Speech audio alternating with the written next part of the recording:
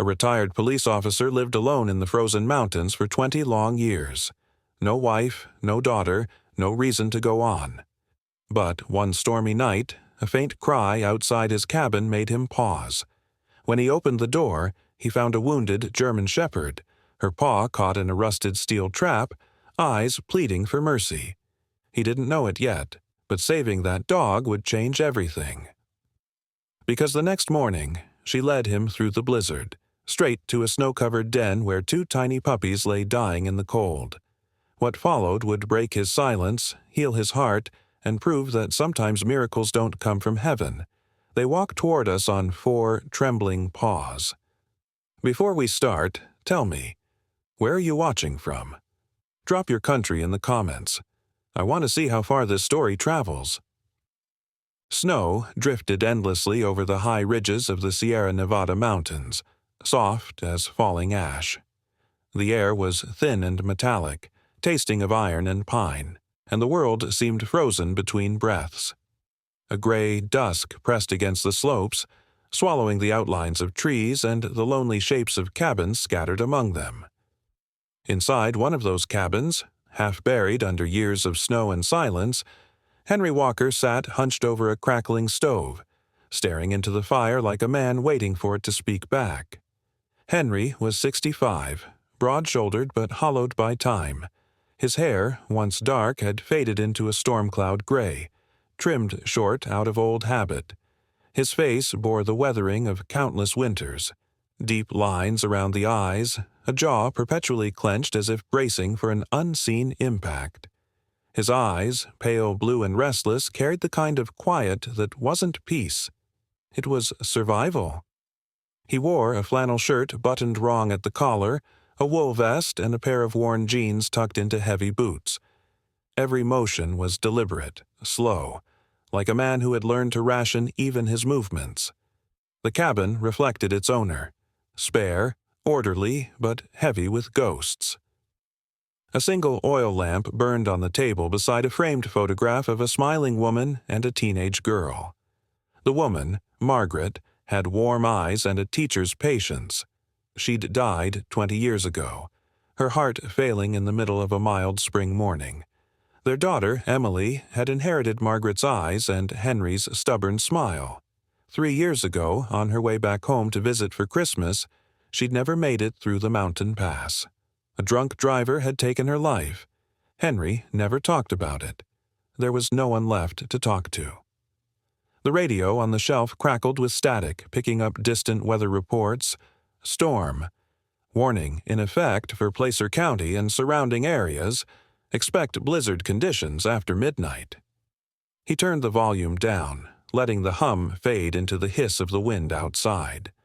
The fire flickered low, its warmth soft but fleeting.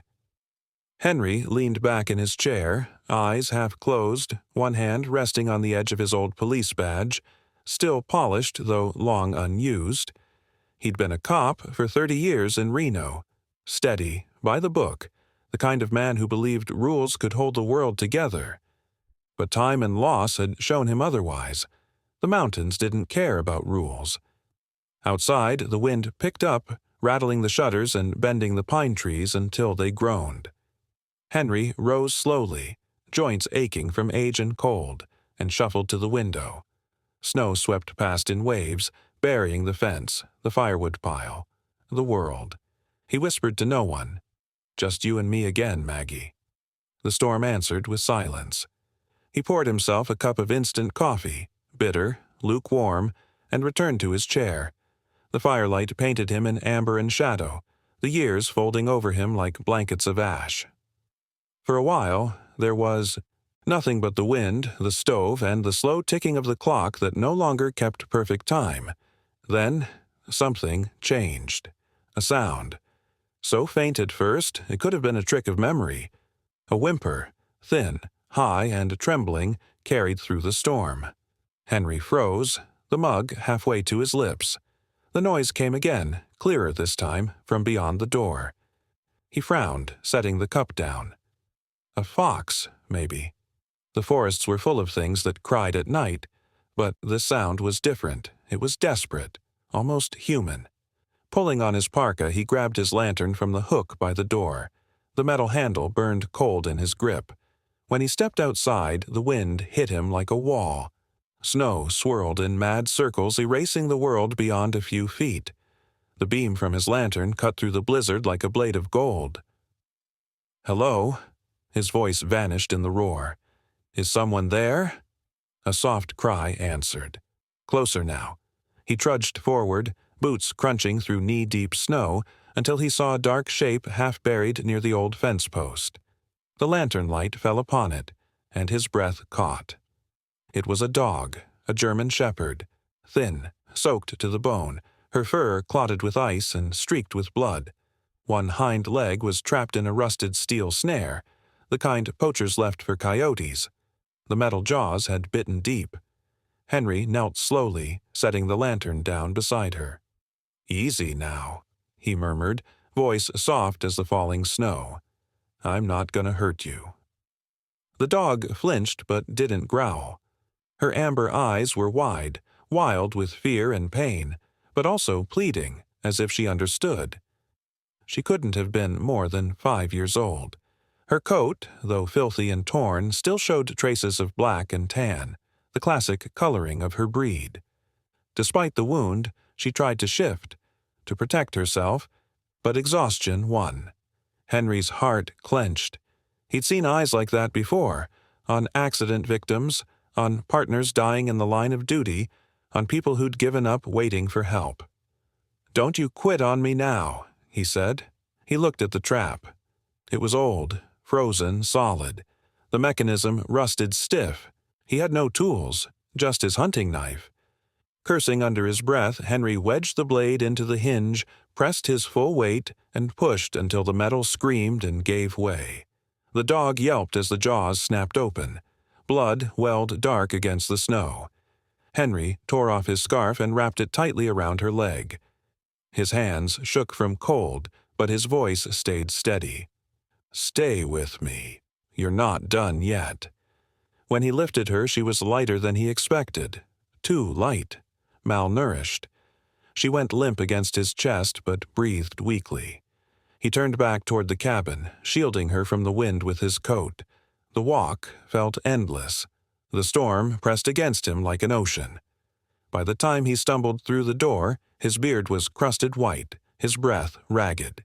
He laid the dog down by the stove and stoked the fire until it flared to life. Steam rose from her fur as the warmth returned to the room. Henry fetched an old blanket from the bed, wrapping it around her gently. She trembled, whining softly but didn't resist. Her paw was swollen, the fur matted with blood and frost. He cleaned the wound with boiled water and the last of his antiseptic from the medicine box. The dog's breathing slowed, steadying. Her eyes fluttered open. Henry sat cross-legged beside her, the light flickering across both their faces. He looked down at the mangled trap in the corner, then back to her. "Don't worry," he whispered. "You're safe now." She blinked once, slowly, almost gratefully. Henry leaned back, resting his elbows on his knees. "Guess you and I got something in common," he muttered. "Both caught in traps we didn't see coming." The wind howled outside, shaking the cabin walls. Inside, the air was warm and still, broken only by the soft crackle of the fire and the rhythmic sound of two survivors breathing in time. He studied her for a long moment, then said quietly, "Shadow." "Yeah, that fits." She stirred slightly, as if acknowledging the name. Henry smiled, small, weary, but real. "Welcome home, Shadow." He didn't notice the tears until they hit the back of his hand. Outside, the storm raged on, erasing footprints, swallowing the past.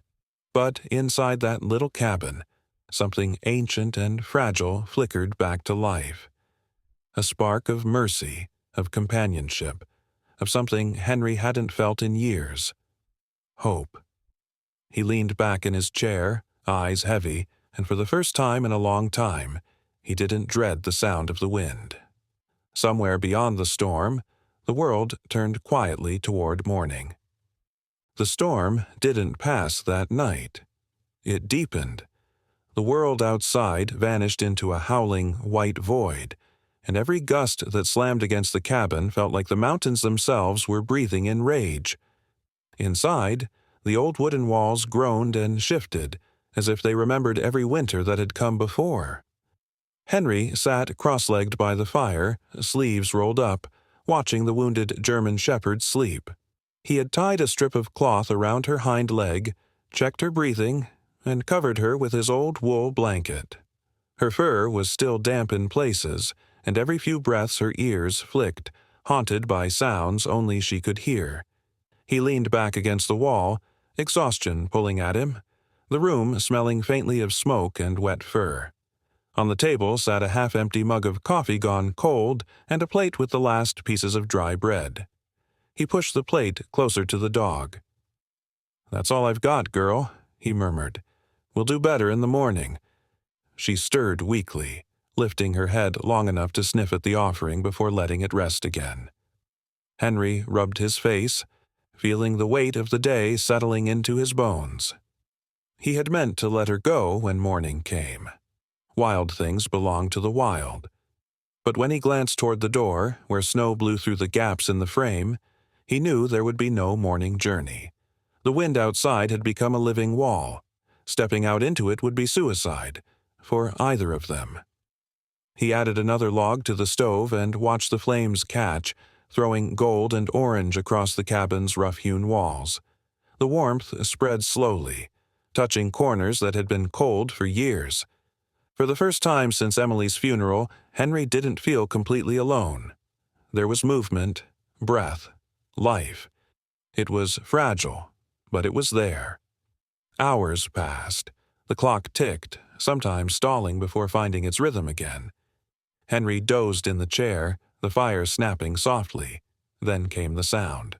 Soft at first, like fingernails brushing wood. A scratching. Then another, more insistent. He opened his eyes. Shadow, the name had stuck in his mind, though he hadn't spoken it again, was awake, pawing gently at the door. "What now?" he muttered, groggy. The dog turned to him, whining low in her throat, her eyes fixed on the darkness beyond the window. "You want out? You'll freeze out there." But she kept scratching, limping toward the door, pressing her nose to the gap under it. Henry sighed, pulled on his coat, and picked up the lantern. "All right, you stubborn girl. Let's see what's got you stirred up." The storm hadn't eased. Snow whipped across the porch, erasing every step he made as soon as it fell. Shadow limped ahead, guided by instinct more than sight. He followed her down the narrow path behind the cabin, his lantern beam cutting through the swirling white. "Careful," he warned, though she couldn't hear him over the wind. She stopped near the fallen spruce tree by the edge of the ridge, nose buried in the snow, whining softly. Henry raised the lantern higher and froze. Beneath the tree's uprooted roots, in a hollow half filled with drifted snow, two tiny shapes huddled together. Puppies.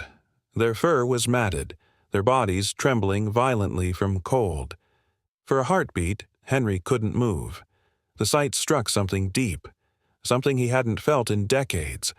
The smallest one lifted its head weakly, a pale cream color with a faint black stripe down its back, eyes not yet fully open.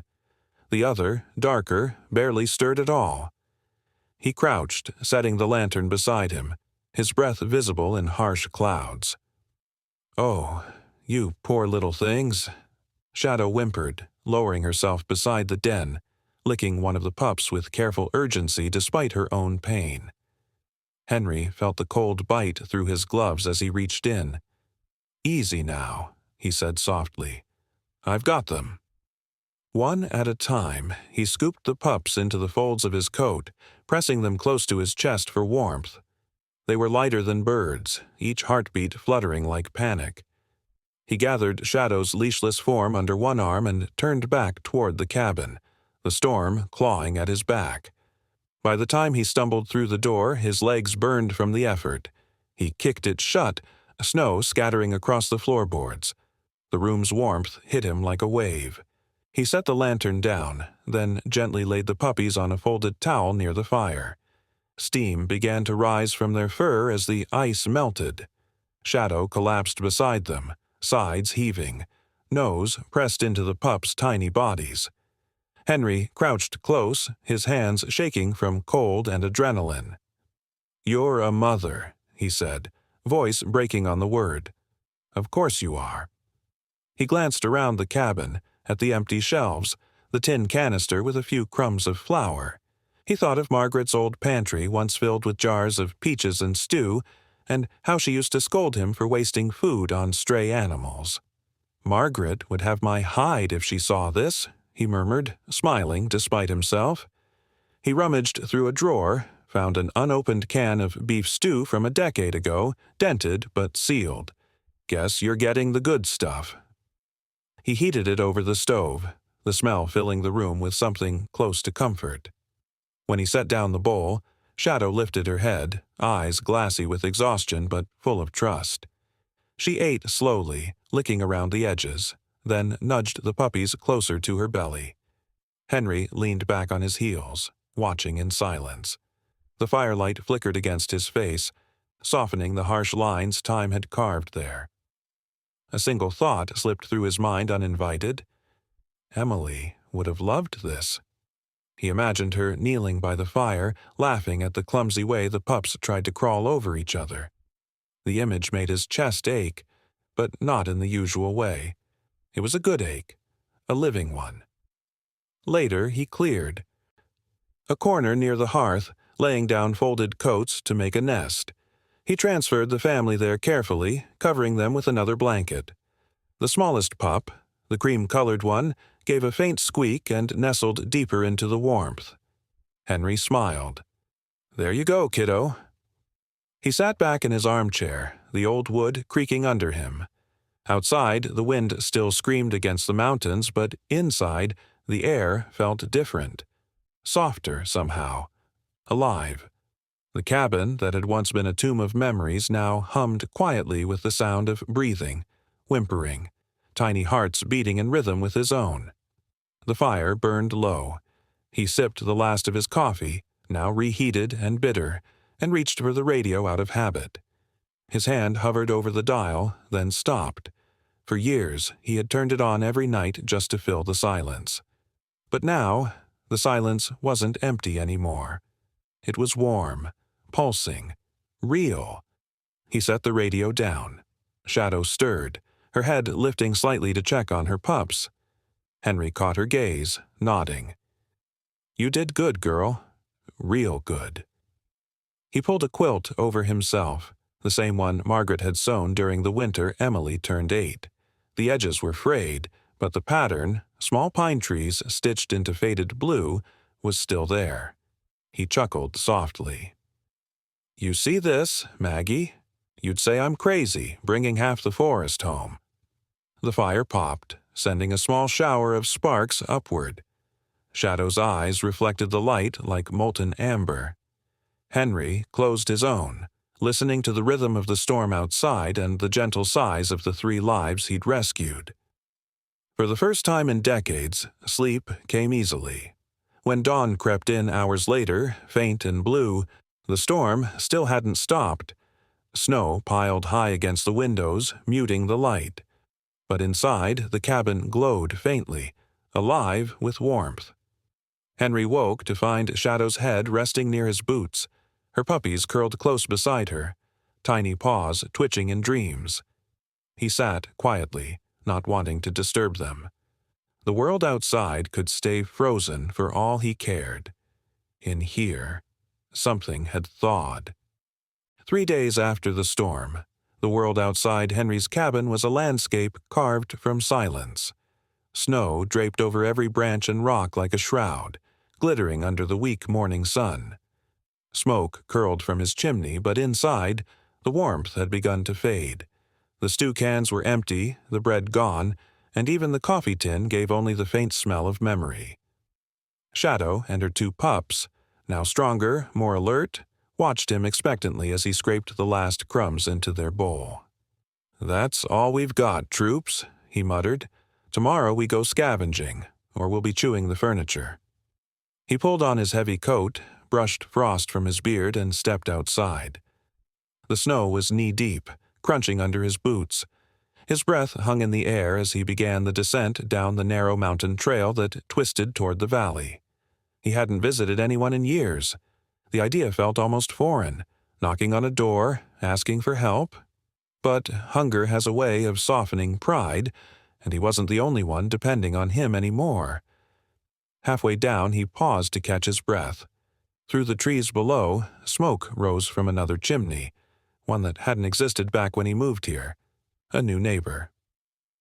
The trail ended at a small wooden cottage, freshly painted in muted green, with an old truck parked beside it. Wind chimes tinkled faintly under the eaves. When Henry knocked, it was firm but uncertain, like a man testing the idea of conversation again. The door opened to reveal a woman in her early 30s, cheeks flushed from the cold, a few strands of chestnut hair escaping her wool beanie. She was of average height but carried herself with the brisk, practical grace of someone used to helping others. Her green eyes lit up with cautious curiosity. "Can I help you, sir?" Henry cleared his throat. "Name's Walker. Live up the ridge. My supplies, ran out quicker than expected." He hesitated, uncomfortable. Didn't expect to find neighbors this far up. The woman blinked, and then her expression shifted from politeness to something like recognition. "Wait, Henry Walker? The officer who used to work in Reno?" He frowned, surprised. That was a long time ago. She smiled, a little awed. "You saved the Jenkins boy, 20 years back. My dad used to tell that story all the time, how you pulled him from that wreck on the interstate. I was 9 then. That's actually why I became a vet nurse." The mention of her father softened her tone but also dimmed her smile. She looked down briefly, steadying her voice. "He passed away when I was 16. So, it's just me now. I'm Lila Carter." Henry nodded, awkward in the presence of gratitude. "I didn't do much, just my job." "You did enough," she said simply, stepping aside. "Come in before you freeze solid." The cottage smelled faintly of pine and soap. Shelves lined with jars and veterinary kits filled one corner, and, near, the window lay a patchwork dog bed and a large pot simmering on the stove. Lila motioned to a chair. "Sit, you look like you've been through a siege." He sat stiffly, taking in the place. Storm did a number up there. Power lines down, trails blocked. Lila poured hot tea into a mug and handed it to him. "I figured as much. I saw smoke from your chimney during the blizzard and thought, whoever's living up there must be half legend." He chuckled, a sound rusty from disuse.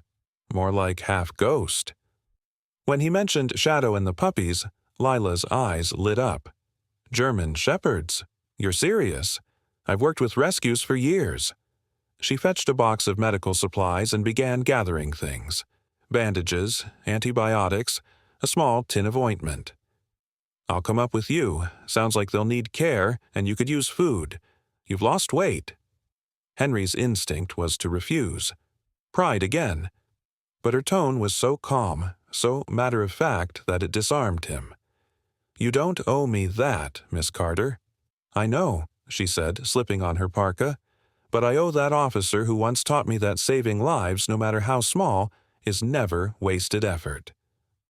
The hike back up was slower. Henry carried a basket of canned goods and bread while Lila trudged beside him, cheeks flushed pink from the cold. When they reached the cabin, she stopped just inside the door, eyes widening at the sight. Shadow lay curled near the fire, her bandaged leg stretched out, 2 small pups tumbling over each other like children discovering sunlight. "Oh my God," Lila whispered. She dropped to her knees, extending her hand slowly toward Shadow. "Hey, sweetheart, you've been through hell, haven't you?" The dog sniffed her fingers, tail thumping weakly. "Good girl." Henry watched quietly as Lila worked. Her movements were precise but gentle, the way someone touches a broken object without fear of its fragility. She examined the wound, cleaned it, and applied fresh ointment. "Healing nicely," she murmured.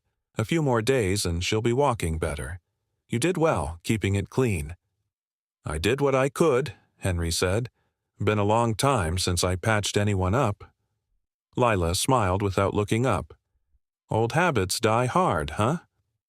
When the dogs were fed and settled, Lila pulled off her gloves, warming her hands near the fire. "You've got a good place here," she said softly. "Quiet, honest." "Quiet's the only thing I've got left," he said. She studied him then, really studied him. The deep lines, the distant gaze. She didn't pity him. She simply understood. "It doesn't have to be." The words hung there, gentle but powerful. Henry turned away, pretending to busy himself with the kettle. "You said you live alone?" he asked. Lila nodded. "I moved here 6 months ago. Needed distance. City life. It takes too much from you. People talk fast, forget faster." She paused, gaze drifting toward the window. "After my dad died, I guess I stopped belonging anywhere. Thought maybe I could find a place that felt still." Henry nodded slowly. "You found it." By late afternoon the cabin smelled of stew again. Real stew this time, rich with herbs and meat Lila had brought. She insisted he eat first, ignoring his protests. Shadow dozed near the hearth, the puppies curled up in a warm pile beside her. For the first time in years, laughter found its way into the small wooden room. Lila laughed easily, full and bright, and Henry found himself joining in despite the ache it stirred. While she tidied up, she found a dusty frame lying face down on a shelf. Wiping the glass, she revealed the photograph of Margaret and Emily. "Your family?" she asked softly. Henry's voice caught. "Was." Lila set it carefully upright on the table beside the badge. "They'd like it better there," she said simply. For a long while, neither spoke. The fire crackled, the storm outside whispering against the walls like an old friend. Henry finally broke the silence. "You remind me of her," he said. "My girl. Emily. She was about your age when she—" He stopped, exhaling slowly. Lila's eyes softened. "I'm sure she'd be proud of you."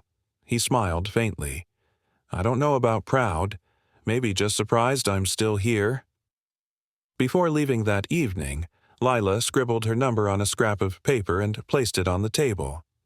"If you need anything, food, medicine, company, just call. Don't wait for the mountain to tell you." Henry raised an eyebrow. "Can't say I'm much of a phone man." She grinned. "Then I'll come check anyway." As she stepped into the fading light, the snow began to fall again, soft and quiet this time. Henry watched her walk down the trail, her figure small against the white horizon. Inside, the fire glowed brighter, reflecting in the eyes of 3 sleeping dogs. The cabin felt fuller, alive with the sound of breathing, the lingering echo of laughter, and something else Henry hadn't dared name in years. Connection. That night, before he turned in, he took the old photograph from the table, brushed away a smear of dust, and placed it beside the lantern. He caught his reflection in the glass, an old man framed by ghosts and newfound life. "Guess we've got company again," he whispered, and for the first time in 20 years when he closed his eyes he didn't dream of loss. He dreamed of voices, laughter, and the soft sound of paws on wooden floors. By the time March arrived, the mountain had softened. The cruel edge of winter had dulled into something gentler, the kind of cold that bit only in the early morning before melting into pale light. The snow no longer howled. It whispered. Patches of earth began to show through the thaw, and rivulets of meltwater threaded down the slopes like silver veins. Henry stood at the threshold of his cabin, one hand resting on the doorframe, the other holding a tin mug still steaming with weak coffee. The air smelled of pine and wet soil. For the first time in months, sunlight touched his face, faint but real, like a promise. In the yard below, Shadow trotted through the melting snow, her gait steady again. Her leg, once mangled and bound in cloth, now bore only a faint scar. a thin, white line that caught the light when she moved. Her fur had regained its sheen, black and tan glowing warmly against the pale landscape. The three pups, no longer the fragile bundles of fur he'd rescued, tumbled around her in chaotic joy. The tan one barked boldly, chasing the gray one who was forever cautious, while the dark-faced pup watched them both with sharp, curious eyes. Henry watched, smiling quietly. "You've got your mother's spirit," he murmured. The days had fallen into a kind of rhythm, slower, easier. The world outside the cabin had thawed, and so had something inside him. He found himself talking to the dogs as though they understood him, telling them stories from his days as an officer, or simply musing aloud about the weather, the past, the shape of clouds. Sometimes he caught himself laughing, genuinely laughing at their mischief. Lila still came up every weekend. She'd arrive with her cheeks flushed and her hands full, loaves of bread wrapped in cloth, bags of dog food, or a thermos of stew. Her energy filled the small cabin like spring sunlight. She would tease Henry about his beard. "You're starting to look like a mountain prophet," or insist he try her improved coffee recipe that always tasted faintly of cinnamon and burnt hope. One afternoon, as they sat by the porch, Henry began carving a block of cedar wood. His hands, once used to holsters and handcuffs, moved with a strange patience now. Lila tilted her head, curious. "What's that going to be?" He didn't look up. "A sign." "For what?" Henry smiled faintly. "For anyone who gets lost up here, like I was." When it was done, he hammered the sign into the frozen ground near the cabin path. The words were carved with quiet precision. "For those who are lost, but still breathing." Lila traced the letters with her gloved fingers. "That's beautiful," she said softly. "It sounds like something worth finding." He chuckled. "Maybe it's just to remind me that being lost isn't always the end." Days stretched into one another, the snow receding, the air softening.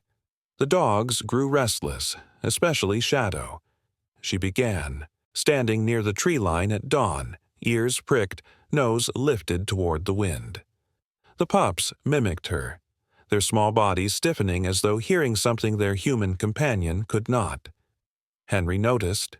He always did. One morning, as the first light crept over the ridge, he found her at the door again, staring out into the forest. The pups paced behind her, whining softly. He understood.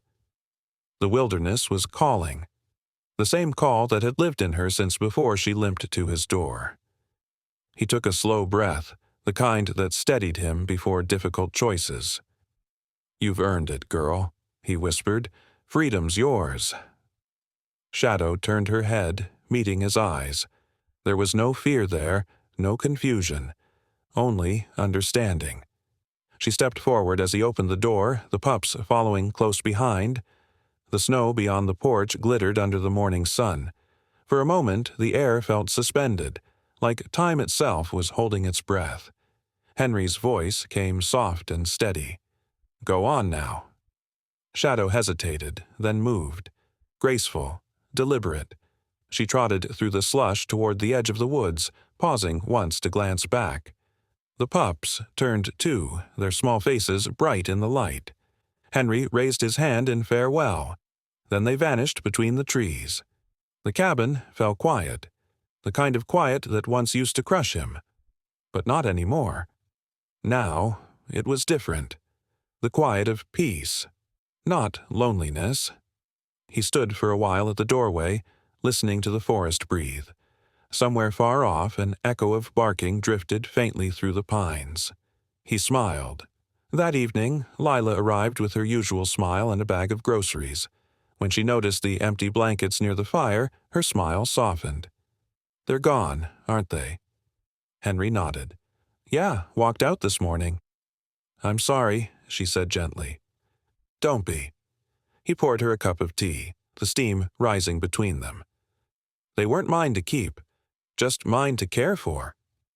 Lila looked toward the window where the last light of day shimmered against the snow.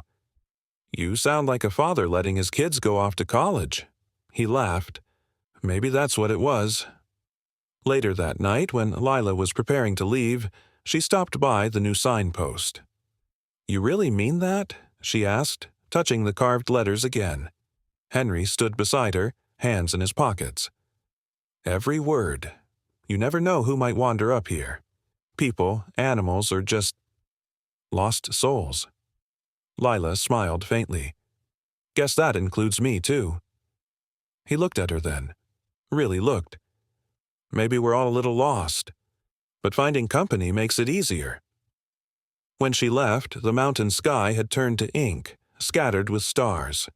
Henry watched her headlights disappear down the valley trail until the night reclaimed them. Then he returned to the porch, sat in his old chair, and listened. The wind moved through the pines like a voice. The silence hummed. Softly, not empty but alive, filled with memories, echoes, promises. Somewhere out there in the shadowed forest, he thought he heard the faint padding of paws. He smiled into the dark. "Good night, girl." The next morning, footprints appeared near the tree line, faint, half-melted, as if Shadow had come by in the night to check on him. He didn't follow them. He didn't need to. The mountain had given her back to the wild, and in return, it had given him something else. The strength to stay. Every Sunday, Lila returned. They cooked, talked, laughed. Sometimes she'd bring an old record player, setting it on the porch while they sipped coffee and watched the light crawl across the valley. He taught her how to split wood properly.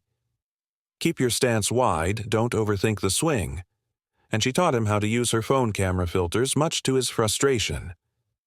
It was an odd, tender kind of friendship, the kind built on shared silences more than words.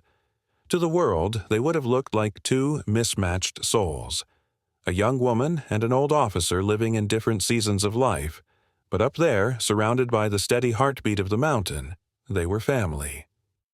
On clear nights, Henry would still sit by the window and imagine the glint of eyes watching from the woods. Shadow keeping her quiet vigil. The loneliness that once gnawed at him now felt like a companion, softened by memory. He didn't wish for the past anymore. The cabin, the forest, the mountain, they were enough. And somewhere out there, so was she. The storm came without warning. One moment, the sky was a dull gray veil, and the next, the mountains vanished under a curtain of white. The wind clawed at the windows of Henry's cabin, bending the old pine trees until they groaned like weary giants. It was early morning, the kind of cold that could pierce through wool and bone. Henry had been chopping wood when it began. Slow, rhythmic swings of his axe echoing against the stillness. But as the first flakes fell heavier, the world tilted.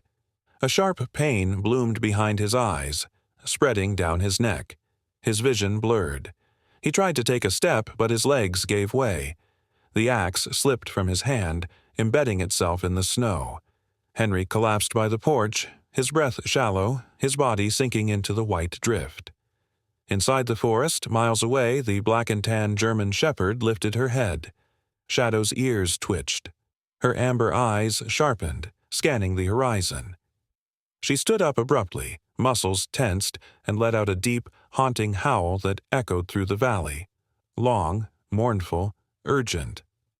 Her 3 grown pups, Hope, Blizzard, and Ranger, looked up from where they were sniffing near a fallen log.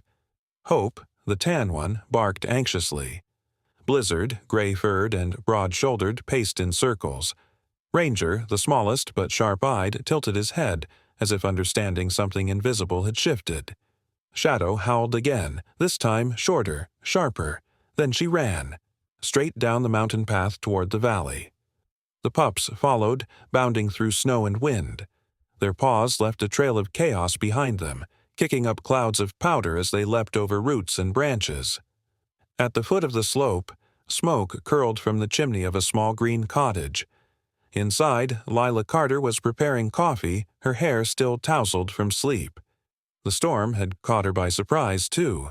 She hummed softly as she poured hot water into a mug. That was when she heard it. Frantic barking outside her door. She froze. The sound was wild, desperate. Grabbing her coat, she opened the door to find 4 dogs on her porch, their fur drenched and eyes burning with something she couldn't name. "Shadow," she gasped. What are you doing here?"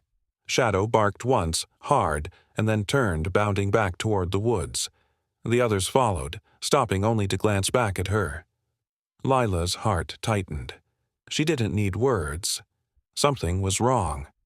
She threw on her boots, grabbed her emergency kit and radio, and ran after them. The climb was brutal. Snow blinded her eyes and the wind lashed her face until it stung. But the dogs kept her on course, darting ahead, circling back, urging her onward. Her lungs burned, her legs trembled, yet she didn't stop. The forest seemed alive with purpose, every rustle of pine needles, every howl of wind, all pulling her upward. When she broke through the clearing, she saw him, sprawled on the ground in front of the cabin door, half covered in snow. His axe lay beside him like a fallen soldier's sword. "Henry!" she screamed, stumbling forward. Shadow was already there, pawing at his shoulder, whining softly. Lila dropped to her knees, brushed the snow from his face. His skin was pale, lips tinged blue. "No, no, no. Please, not you," she whispered. Her training kicked in. She pressed her fingers to his neck. A pulse, faint but there. She tilted his head back, cleared his airway, and began compressions, her hands firm and steady despite the cold numbing her fingers. "Come on, old man. Don't you dare leave me now." Shadow licked his cheek. Hope whimpered, curling beside his boots. Blizzard stood guard, growling at the storm as if daring it to come closer. Ranger paced in small, anxious circles. After what felt like an eternity, Henry's chest jerked. A weak breath escaped his lips. Lila let out a broken laugh. "That's it. Keep breathing, you stubborn hero." She dragged him into the cabin with Shadow's help, the loyal shepherd bracing her body to nudge his weight forward. Inside, the fire had long died out. Lila threw logs into the hearth, struck a match, and prayed as the flames came alive. Then she wrapped Henry in blankets, lifted his head, and radioed for emergency assistance. Hours passed. Snow battered the roof, and sirens wailed faintly from the valley below. When the rescuers arrived, 2 EMTs wrapped in orange parkas. Henry was breathing but unconscious. They lifted him onto a stretcher, Shadow trailing behind until the door shut. Days later, Henry awoke in a hospital bed. The ceiling was white, the air smelled of antiseptic and pine soap. A soft humming reached his ears, a voice he knew. Turning his head, he saw Lila asleep in the chair beside him, her head resting on folded arms. And there, lying across his legs, was Shadow. Her fur gleamed under the sterile light, her breathing slow and steady. For a moment, he couldn't speak. Then, quietly, he reached out and rested his weathered hand on her head. She stirred, tail thumping weakly against the blanket. Lila woke with a start. "Hey," she whispered, smiling through tears. "Welcome back." Henry's voice cracked. "You found me." "Not me," she said. "Them." She nodded toward Shadow, who licked his wrist as if to confirm it. A week later, the story spread through town. The Mountain News ran an article titled, "Veteran Officer Saved by the Dogs He Once Rescued." The hospital presented Henry with a small plaque that read, "Citizen Hero," submitted by Lila, who had written the story herself. "You didn't just save those dogs, Henry," she told him. "You gave them life, and they gave it back." When he returned home, the cabin no longer felt empty. Lila helped him settle in, bringing supplies and laughing when he insisted on paying her back with firewood. Shadow lay by the fire, her pups, now named Hope, Blizzard, and Ranger, chasing each other in the yard outside. The sun hung low, painting everything in soft gold. Henry leaned back in his chair, a blanket over his legs, and said quietly, "You know, I used to think miracles were for other people, the kind who still believed in signs, in God's hand working through the ordinary. But maybe—" He glanced toward the window where Shadow sat watching the horizon. "Maybe the Lord never stopped sending them. We just stopped listening." Lila smiled, pouring tea into 2 mugs. "Or maybe he sent them on 4 legs." They laughed softly. Outside, the puppies barked as snowflakes began to fall again. Gentle this time, almost playful. Shadow lifted her head and howled once, a low, melodic sound that carried across the valley. Henry closed his eyes and for the first time in decades felt complete peace. The sign outside the cabin still stood, for those who are lost but still breathing. And now he knew what it truly meant. He had been lost once, in grief, in silence, in the endless winter of his own heart. But love, loyalty, and one divine whisper through the wild had led him home. The camera would fade on that final image. An old man sipping tea beside a glowing fire, a young woman smiling nearby, a shepherd lying faithfully at his feet, and 3 puppies tumbling in the snow under the soft light of dusk. Then, far beyond the ridge, a howl rose once more. Not sorrowful this time, but grateful. Because sometimes God's miracles don't descend from heaven. They run toward us, through the cold, guided by love. So if this story touched your heart, share it, leave a comment about what miracle has shaped your life, and subscribe to hear more stories of love, redemption, and second chances. Because every story you share helps another soul find its way home.